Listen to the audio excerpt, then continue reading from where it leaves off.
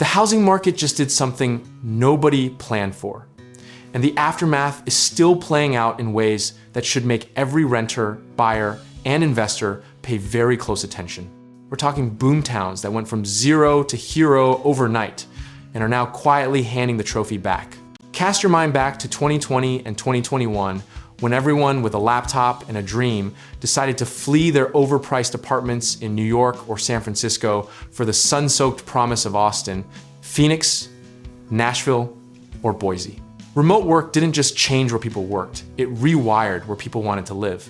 And landlords in those boomtowns raised rents like they were auctioning off the last seats on a lifeboat. The economics were almost comically predictable in hindsight, like watching someone pour water into a funnel and acting shocked when it overflows. Demand spiked hard and fast. Supply couldn't keep up. So prices flew, and then developers, smelling money, started building like their lives depended on it. Here's where the plot twist kicks in. All those cranes that went up in 2021 and 2022 are now delivering finished apartments in 2024 and 2025, right as the migration wave has already crested. The same cities that couldn't build fast enough are now sitting on a supply glut, and rents that were climbing at 15 or 20% year over year have stalled, softened, or in some cases outright dropped.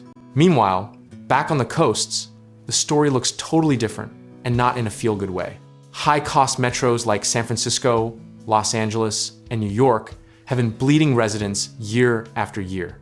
And that outmigration doesn't just affect the cities being left behind, it ripples through the destination markets too, because every person who leaves one city becomes a renter or buyer somewhere else.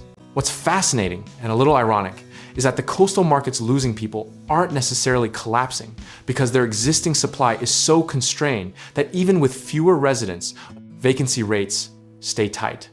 You've got cities that are simultaneously losing population and maintaining relatively high rents, which sounds like an economic contradiction until you remember that the housing supply in those places was already strangled by decades of zoning restrictions and NIMBYism. So now you've got this patchwork quilt of rental outcomes across the country, and the national headline number tells you almost nothing useful. Saying rents are cooling nationally is like saying the weather in the United States is mild, technically an average, but completely useless to someone in Miami in August or Minnesota in January. The markets that boom the hardest are softening the most. Sunbelt metros, secondary cities, the places that absorb the pandemic migration wave. And that's not a coincidence, it's a cycle. History shows us this pattern again and again. Demand spike, supply response, market correction, and then eventually equilibrium.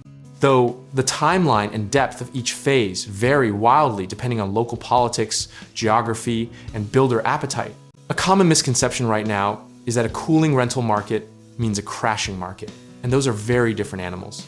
Rents declining 5 or 10% from a 40% pandemic spike is not a catastrophe. It's gravity doing its job, pulling prices back towards something resembling reality. The actionable lesson here, whether you're a renter hunting for deals or an investor evaluating a market, is to stop thinking nationally and start thinking hyper-locally. The question isn't whether the housing market is up or down.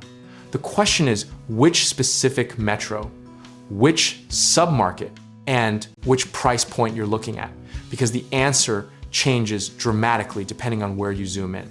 If you're an investor, the disciplined play right now is to avoid chasing the boomtowns that already ran their race and are now digesting excess supply, and instead look carefully at markets with structural undersupply and resilient demand fundamentals. Sizing your position conservatively and buying based on cash flow math rather than appreciation hope is the difference between a strategy and a gamble. For renters, this cooling cycle is actually a window of leverage you haven't had in years, particularly in Sunbelt cities where landlords are dangling concessions, free months, and reduced rates just to fill units.